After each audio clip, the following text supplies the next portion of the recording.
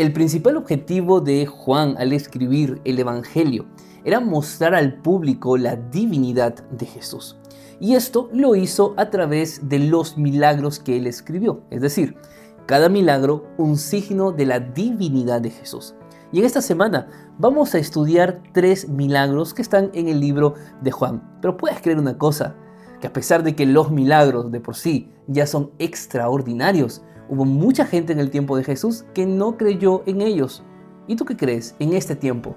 ¿Habrá gente que aún duda del poder de Dios?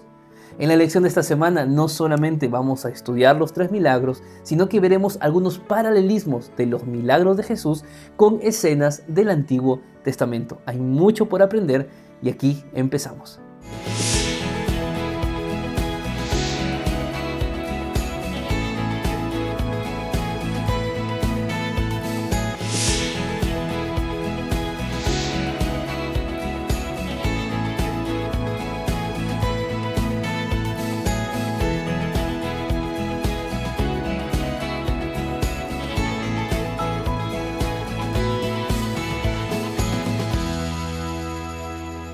Nuevamente juntos, queridos amigos, aquí en el canal de YouTube. Siempre es una alegría para mí poder tenerte en este espacio de estudio de la Biblia. Si no me conoces, yo soy el pastor Anthony Araujo, soy pastor de la Iglesia Adventista aquí en el Perú y me da mucha alegría que hoy puedas acompañarme en este video al otro lado de esta pantalla. Te mando un fuerte abrazo, que el Señor pueda bendecirte en gran manera y que el estudio preparado para esta semana también puede enriquecerte espiritualmente. Ya sabes que en este canal todas las semanas hay un video de estudio de la Biblia. Así que si no quieres perderte ningún video, te invito a que puedas unirte a la comunidad. Ya somos más de 100,000 personas que están estudiando la Biblia en este canal.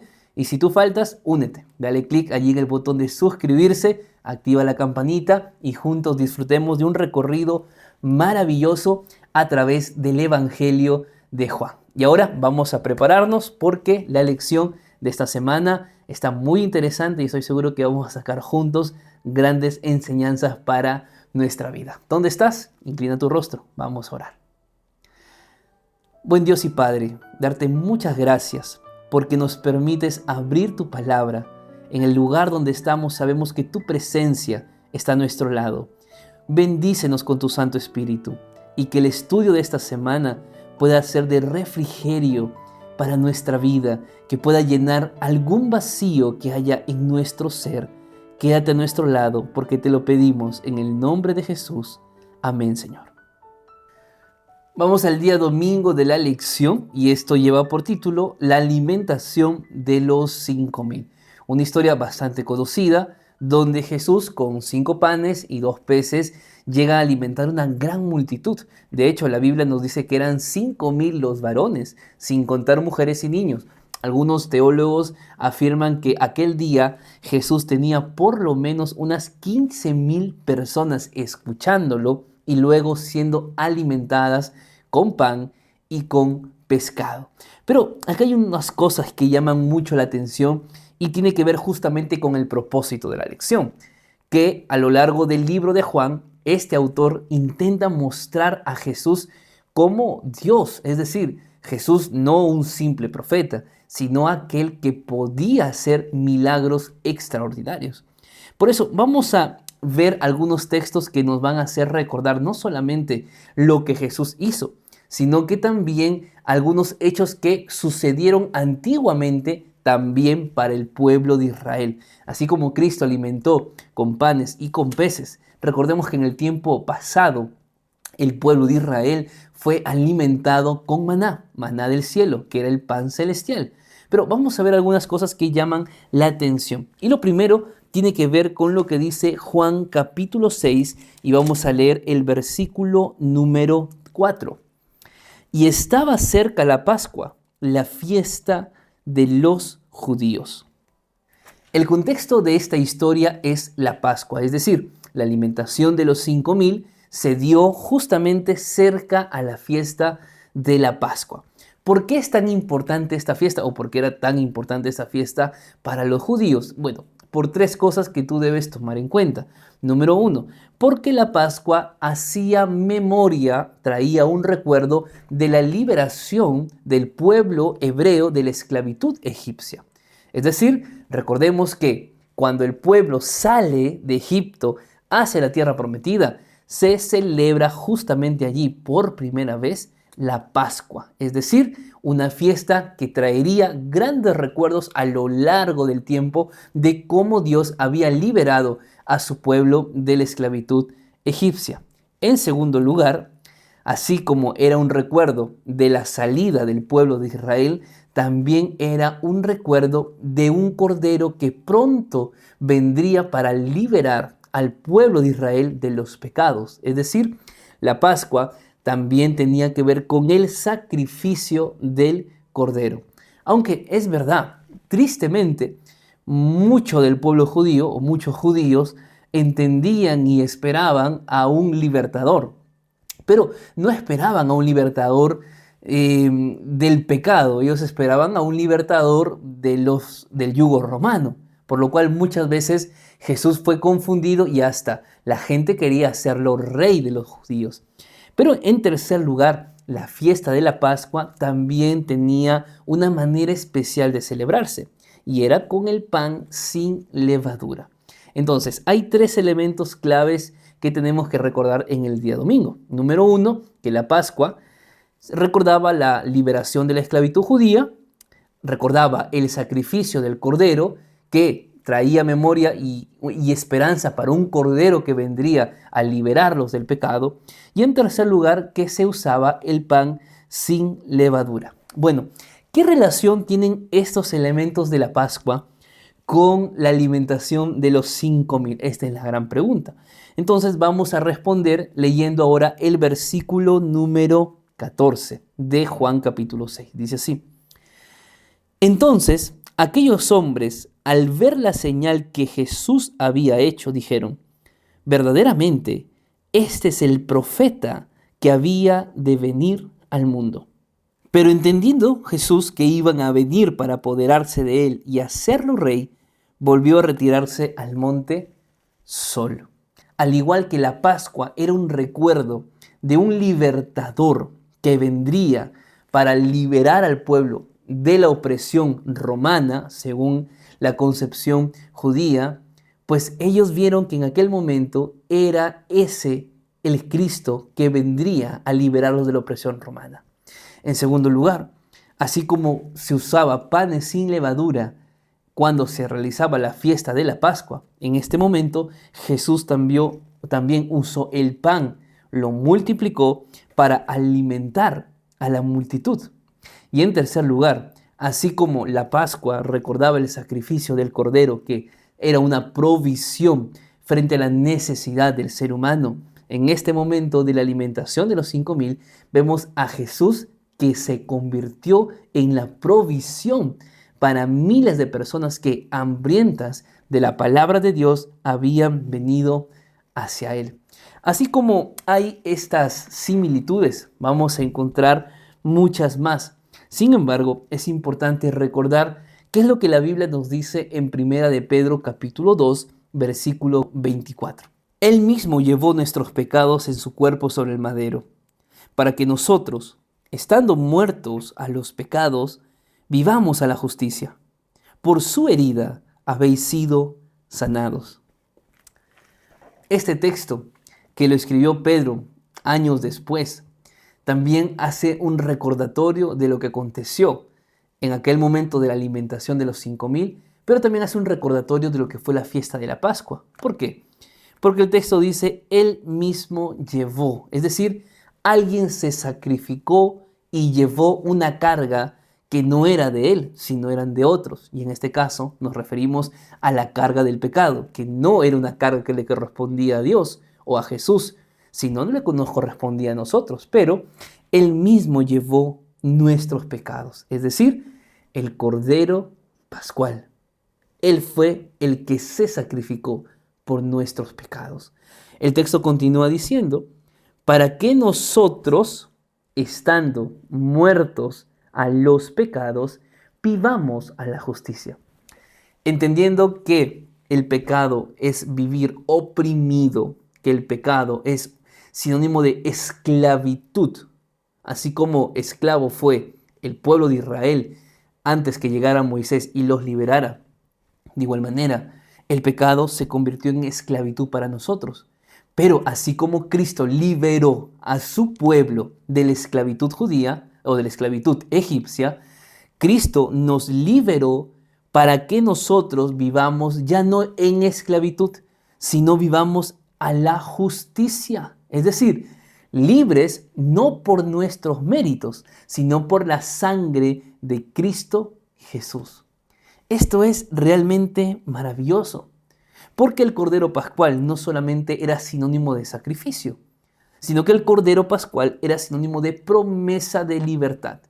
Y es exactamente lo que Pedro intenta recordar a sus lectores y también es un recuerdo para nosotros. Finalmente, el texto dice, por su herida habéis sido sanados. Es decir, por la herida de alguien que se sacrificó, por la herida de alguien que nos dio libertad, nosotros hemos sido sanados. ¿Y sanados de qué? Sanados de la enfermedad del pecado, que es la peor enfermedad que puede consumirnos y matarnos estando vivos. Por eso, una de las cosas que nosotros debemos reflexionar en el día domingo de la lección es de qué manera en tu vida has podido ver el poder de Cristo. De qué manera en tu vida has visto la provisión que Cristo te ha dado. La libertad sobre algún pecado que Cristo ha hecho posible.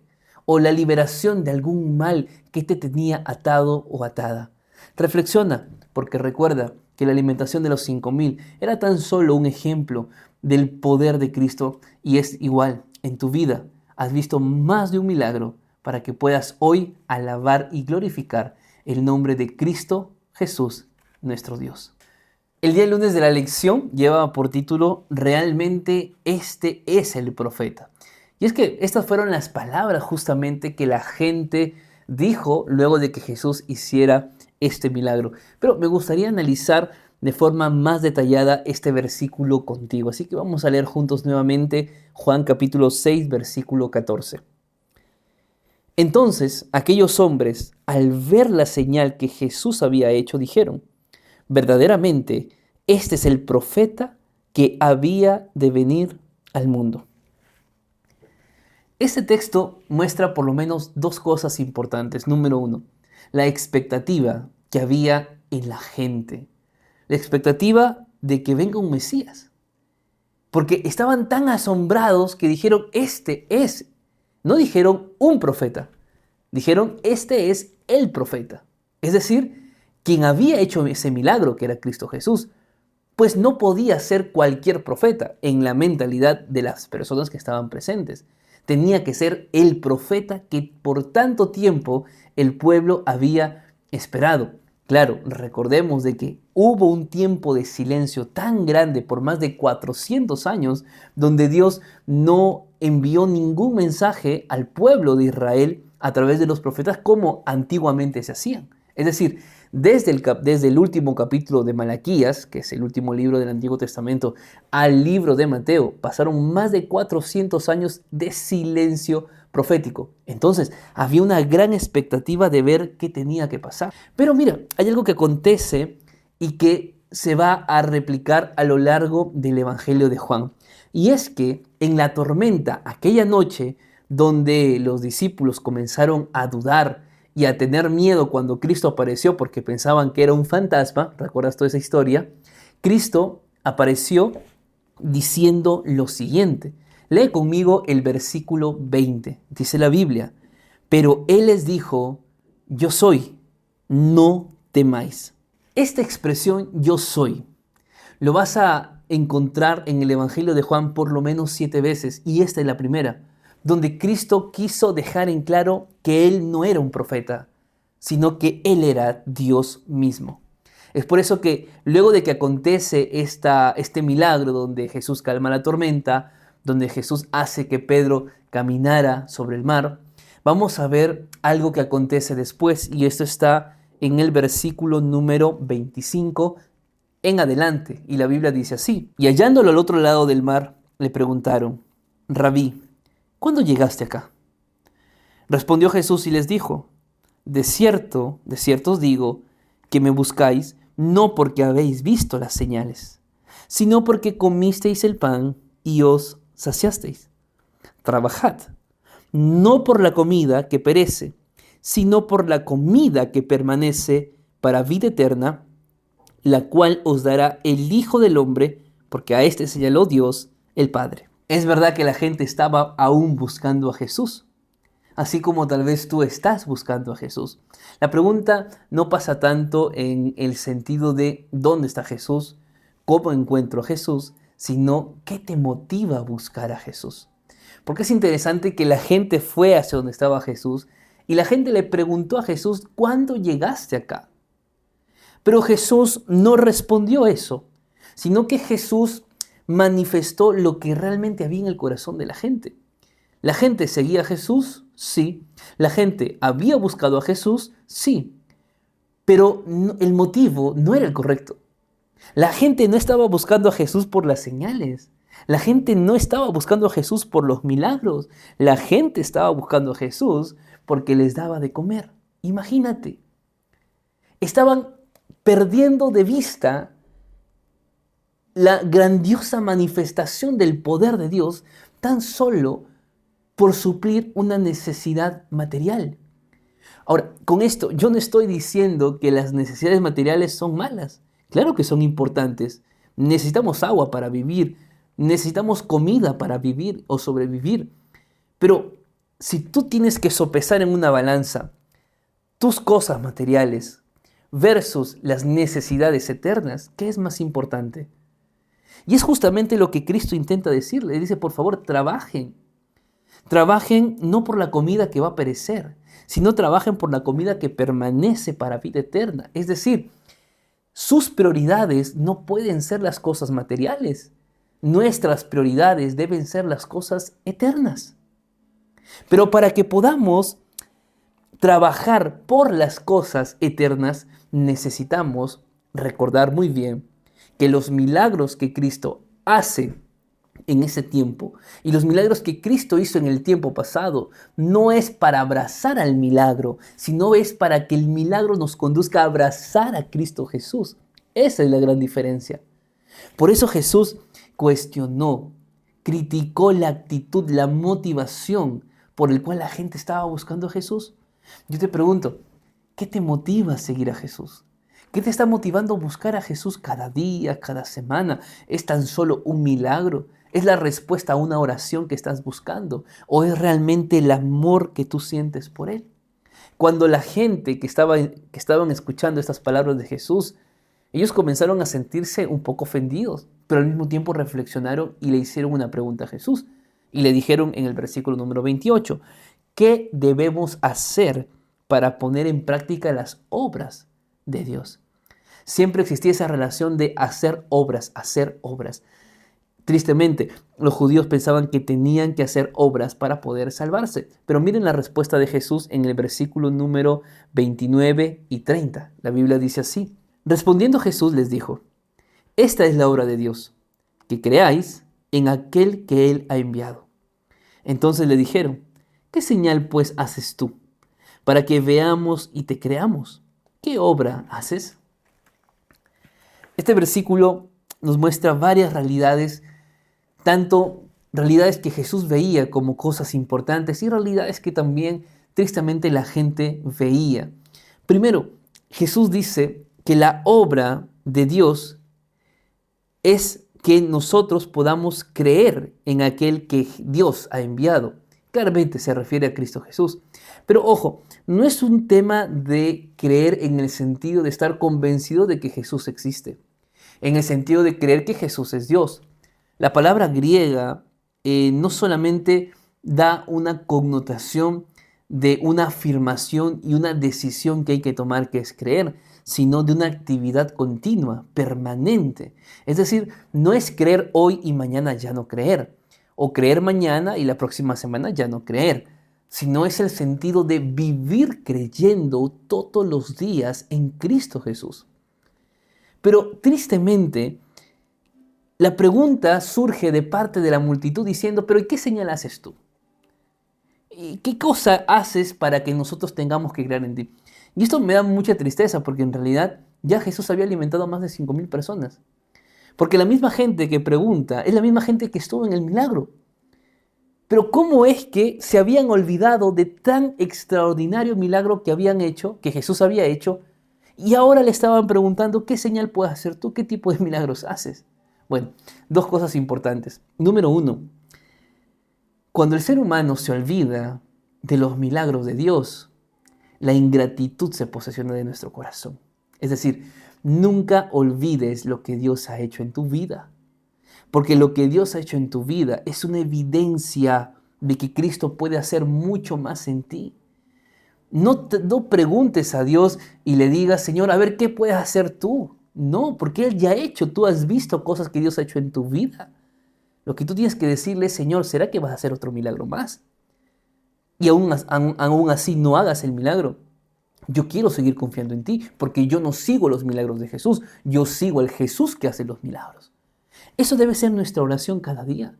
No como la gente que se habían chasqueado porque Jesús no había querido ser rey en aquel momento. Estaban chasqueados diciendo, no, entonces no, ese milagro no vale, no existe. ¿Y la fe dónde queda? Eso era justamente porque, tristemente, la visión de la gente y la visión de los discípulos era completamente diferente a la visión que Cristo tenía. Y aparece una similitud que hace el pueblo con Jesús. Y le dicen a Jesús, pero mira, en el desierto Moisés se alimentó con el maná del cielo. No una vez como tú, Jesús, sino muchas veces todos los días durante 40 años. Y Jesús respondió y dijo lo siguiente en el versículo número 32 en adelante. De cierto os digo, Moisés nos dio el pan del cielo, pero mi Padre os da el verdadero pan del cielo. Porque el pan de Dios es aquel que descendió del cielo y da vida al mundo. Y le dijeron, Señor, danos siempre este pan. Y Jesús respondió, yo soy el pan de vida. El que viene a mí nunca tendrá hambre, y el que en mí cree no tendrá sed jamás.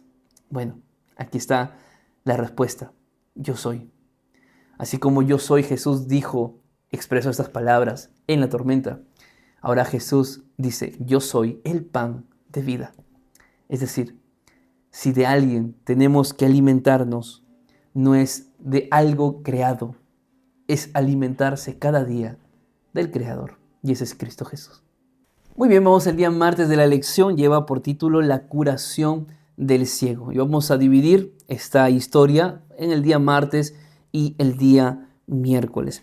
Hay una pregunta que los discípulos le hacen a Jesús con respecto al hombre que estaba enfermo, porque la Biblia dice en Juan capítulo 9, en el versículo número 1, que Jesús vio a un hombre que era ciego de nacimiento. Cosa a veces hasta un poco extraña que suceda de esta manera, pero era real. Esta persona que estaba ciega, a quien Cristo vio en aquel momento, era ciego de nacimiento. Pero vamos a reflexionar en la pregunta de los discípulos, porque la pregunta dice lo siguiente, versículo número 2. Y le preguntaron sus discípulos diciendo, Rabí, ¿quién pecó? ¿Este o sus padres para que haya nacido ciego? Esta pregunta deja muy en claro qué pensaban los discípulos acerca de las enfermedades. Y lo que ellos pensaban era que la enfermedad estaba ligada a un pecado de la persona enferma o un pecado de los padres de la persona enferma. ¿Cuál es el concepto que tú tienes acerca de la enfermedad? Tal vez estoy hablando para alguien que piensa que la enfermedad es un castigo de Dios. Tal vez estoy hablando para alguien que piensa que Dios le mandó la enfermedad a alguien. Tú piensas así.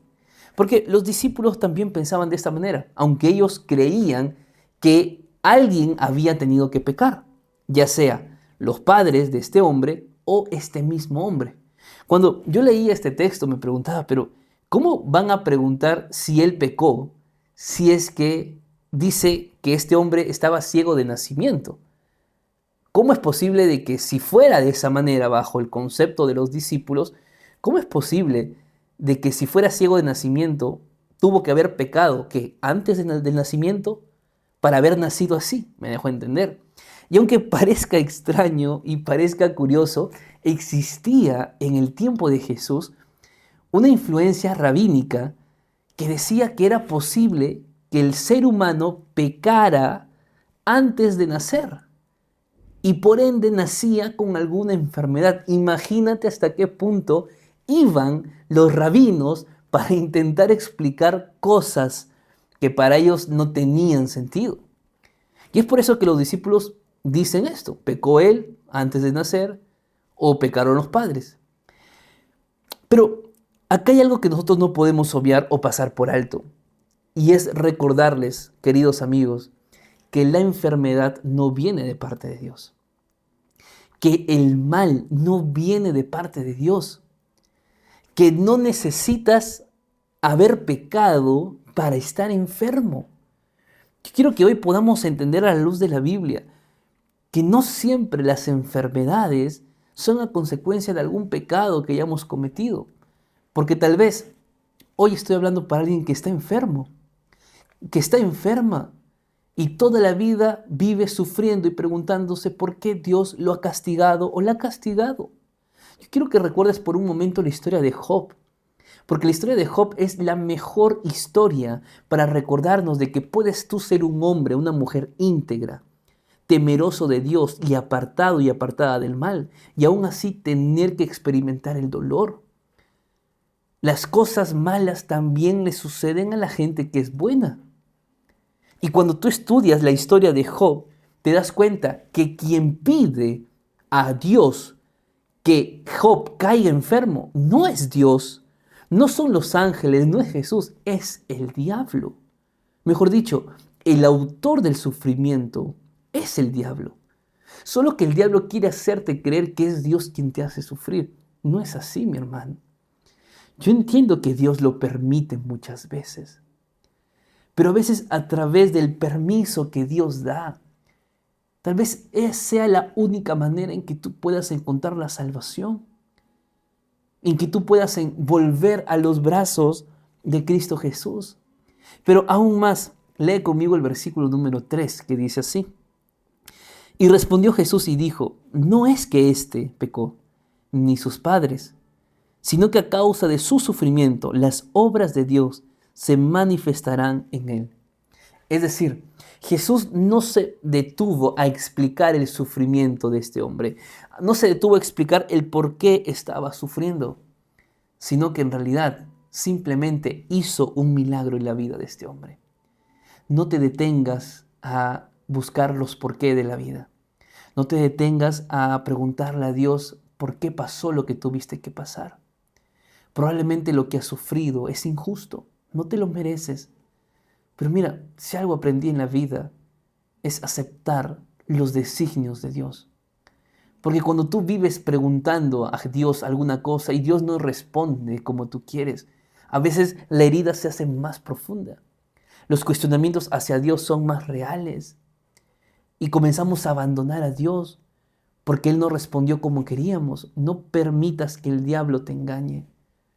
Acepta la voluntad de Dios, porque toda voluntad de Dios es perfecta, es agradable, y lo que busca es tu salvación. Aun cuando el dolor aquí es fuerte, la felicidad, la paz que tendremos en el cielo será eterno. Y eso es lo maravilloso.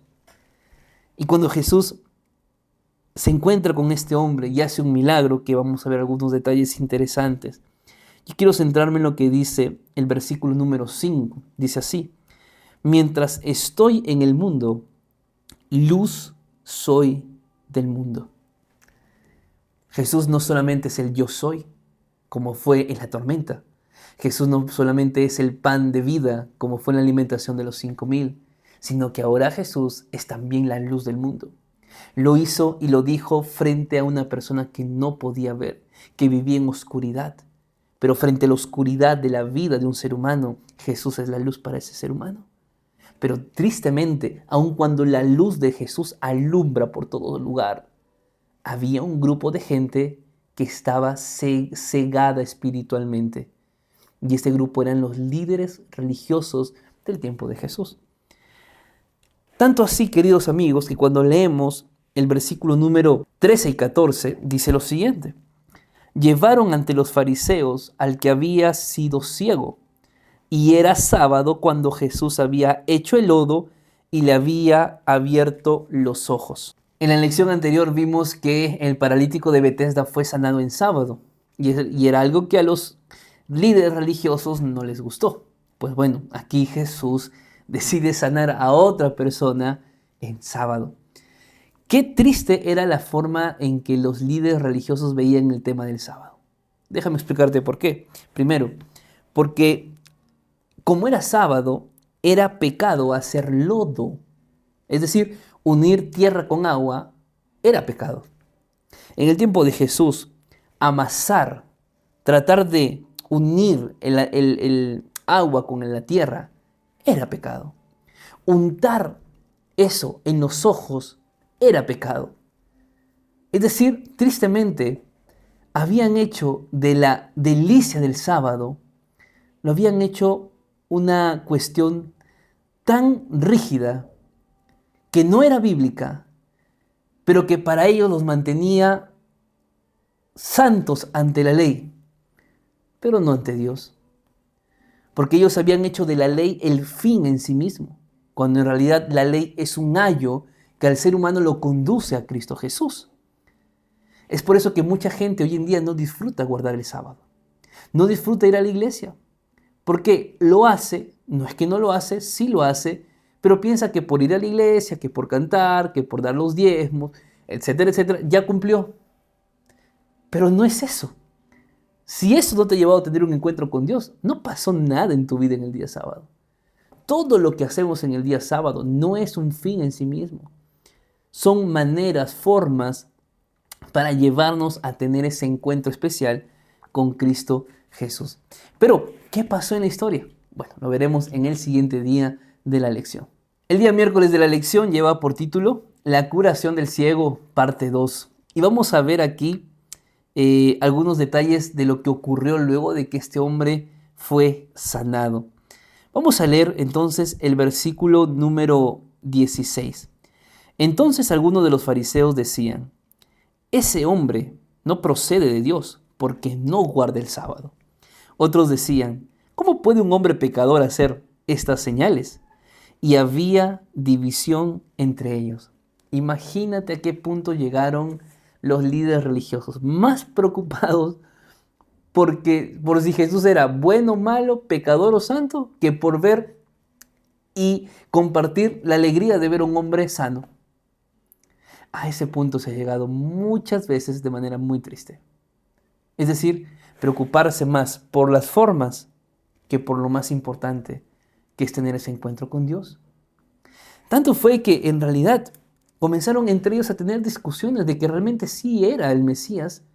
Y otra gente que decía: no, pero ¿cómo va a ser el Mesías? Se ha sanado en sábado y sanar en sábado es un pecado. Imagínense a qué punto se había llegado. Pues bueno, sí que comenzaron a interrogarlo a este hombre que había sido sanado. Pero no solamente lo interrogaron a él, lo interrogaron a los padres de él para ver si realmente este muchacho había sido ciego de nacimiento o había fingido toda la vida. ¿Sabes? A veces damos tanta vuelta buscando lógicas en nuestra mente para creer y comprender, cuando en realidad hay muchas cosas que se aceptan por fe. Y no porque la fe sea ciega, sino porque hay demostración o hay evidencia de que la fe permite que el ser humano pueda ser sanado.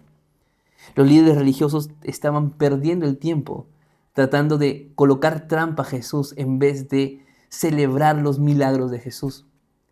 Y volvieron a interrogar a este ciego. En el versículo número 24 y 25 hay una conversación interesante que dice así: llamaron nuevamente al hombre que había sido ciego y le dijeron: da gloria a Dios. Nosotros sabemos que ese hombre es pecador. Entonces él respondió y dijo: si es pecador, no lo sé. Una cosa sé, que habiendo yo sido ciego, ahora veo. Y le volvieron a decir, ¿qué te hizo? ¿Cómo te abrió los ojos? Y él respondió, ya os lo he dicho y no habéis escuchado. ¿Por qué lo queréis oír otra vez? ¿Queréis también vosotros haceros sus discípulos? ¿Sabes? Este ciego ve cada vez más. No ve solamente físicamente. Ahora también está viendo espiritualmente. Tanto al punto de poder defender el milagro que Cristo había realizado en su vida. Y eso es maravilloso. Defiende lo que Cristo ha hecho en tu vida. Defiende. Puede haber gente incrédula, puede haber gente que se burle de ti, que se ría de ti. Pero si tú has visto los milagros de Dios en tu vida, sigue creyendo en Dios. Sigue confiando en el Señor. No dejes de ir tras Jesús tan solo porque no ves algo que estás buscando ver hace mucho tiempo. Este hombre decidió no solamente ver físicamente por obra de Jesús, sino ver también espiritualmente. Lo que aquí realmente preocupa es la ceguera espiritual de los líderes religiosos. No porque no puedan ver, sino porque no quieren ver lo que estaba ocurriendo. Es muy importante recordar que Cristo no solamente vino a mostrarnos el poder que Él tenía, sino vino a que nosotros podamos ser partícipes del poder que Él tiene y que puede ser puesto en nuestra vida a través de una obra de restauración que tal vez hoy estamos necesitando. Vamos al día jueves de la lección y lleva por título La resurrección de Lázaro. Hay algunos detalles de esta historia, no vamos a detenernos en toda la historia, solo vamos a ver los puntos importantes. Y el primero tiene que ver con el versículo número 3, que dice lo siguiente, Juan capítulo 11. Enviaron pues las hermanas a decir a Jesús, Señor, el que amas está enfermo. Y Jesús al oírlo dijo, esta enfermedad no es para muerte, sino para la gloria de Dios, para que el Hijo de Dios sea glorificado por ella. Hay tres lecciones o tres puntos a resaltar en estos dos versículos. Primero, que las hermanas de Lázaro mandaron a decirle a Jesús, el que amas está enfermo. Primero, las personas que aman a Dios también se enferman. Las personas que aman a Dios no están libres de la enfermedad. Ni siquiera están libres de la muerte. Y Lázaro es un ejemplo de eso. Lázaro no solamente enfermó, Lázaro murió. El que era amado por Jesús estaba enfermo. No pienses que tu enfermedad es porque Dios te odia, porque Dios quiere vengarse de ti o porque Dios quiere castigarte. Sino al contrario, a través de la enfermedad, Dios sigue mostrando su amor para ti, su misericordia, su gracia. Y Jesús dijo que la enfermedad no era para muerte, sino era para la gloria de Dios. Y alguien podrá decir, pero pastor, yo he visto mucha gente que ama a Dios y sí murió. ¿Cómo que no es para muerte? Yo te voy a dar una respuesta. La muerte que se refiere aquí, Jesús, no es la muerte que todos en algún momento vamos a morir, vamos a experimentar, ya sea por una enfermedad o por edad avanzada. Jesús está refiriendo a que la enfermedad de Lázaro no iba a ser una enfermedad para muerte eterna. Es decir, hay hijos de Dios que sufren, que mueren, pero que la promesa es que todos los que murieron en Cristo Jesús, creyendo en Él, van a resucitar. La muerte no va a tener poder sobre estas personas para siempre. Es solo un instante, es solo un momento, porque Cristo viene a ser nuevamente perfecto lo que un día había sido perfecto y que fue resquebrajado a causa del pecado. Lo segundo que el texto bíblico menciona, o lo tercero que el texto bíblico menciona, es que Jesús quería, a través de este milagro, mostrar nuevamente su divinidad. Porque Él dice, para que el Hijo de Dios sea glorificado. Es decir, muchas veces la muerte es parte del plan de Dios, que humanamente tal vez no vamos a entenderlo al 100%, Pero si miramos con ojos de fe, vamos a recordar que todo aquel que murió creyendo en Jesús tiene vida eterna. Y eso es lo más importante. Por eso, una de las palabras o de los textos más famosos que tiene esta historia está en el versículo número 25, que dice lo siguiente.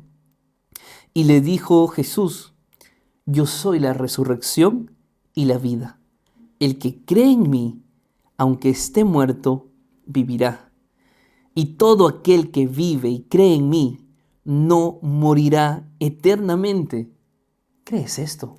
No fue un acto de insensibilidad hacia el sufrimiento de Lázaro y de sus hermanas, sino fue un deseo de revelar más plenamente la gloria de Dios.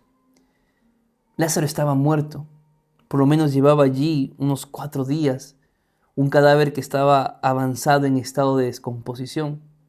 ¿Cómo es que Cristo pudo revivir esos huesos, unir nuevamente esos tejidos y traer nuevamente vida a este hombre que ya sí ha muerto varios días?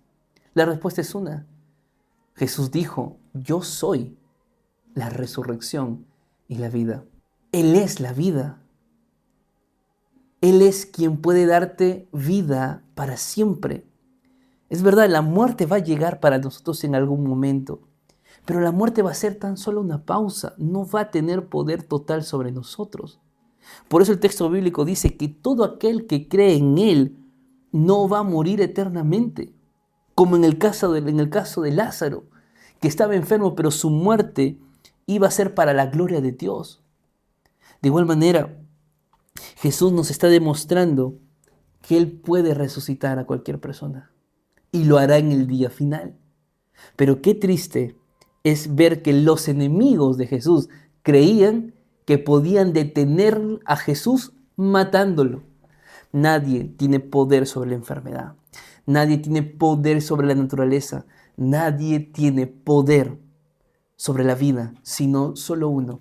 Y ese uno es el gran yo soy. Es Cristo Jesús, el pan de vida, la luz del mundo y la resurrección y la vida. Yo te pregunto, ¿qué promesa necesitas tú aceptar en tu corazón en este día? Tal vez necesitas ver a ese Jesús como el pan de vida, de quien necesitas alimentarte cada día para poder ser fuerte espiritualmente. Tal vez estoy hablando para alguien que vive en la oscuridad de este mundo, que vive en las tinieblas de este mundo a causa de alguna mala decisión que ha tomado. Jesús es la luz del mundo. Jesús puede hacerte brillar otra vez. Jesús puede hacerte ver lo que ahora no puedes ver. ¿A qué Jesús estás necesitando? Necesitas confiar tal vez en aquel que es la resurrección. Hablo para alguien que perdió a un ser amado y que tal vez lucha por volver a tener una vida normal sin ese ser amado. Sé que no es fácil, que las cosas no van a volver a ser igual, pero sí podemos vivir con la esperanza de que si ese ser amado murió creyendo en Cristo Jesús, lo vas a volver a ver cuando Cristo vuelve en las nubes de los cielos. Ese ser amado ya descansa, cumplió en esta tierra. Prepárate tú para que cuando Cristo venga tengas la oportunidad de volver a ver a todos aquellos que hoy no están más contigo. Por eso, la lección de esta semana muestra los signos de divinidad de Jesús. Yo te pregunto al final de esta lección, ¿tú crees que Jesús es Dios? ¿Lo crees realmente de corazón? Si es así, alábalo, adóralo, porque ese Jesús vendrá por ti y vivirá contigo eternamente. Que Dios te bendiga en gran manera, que Dios te guarde y conmigo será hasta la siguiente semana. Chao, chao.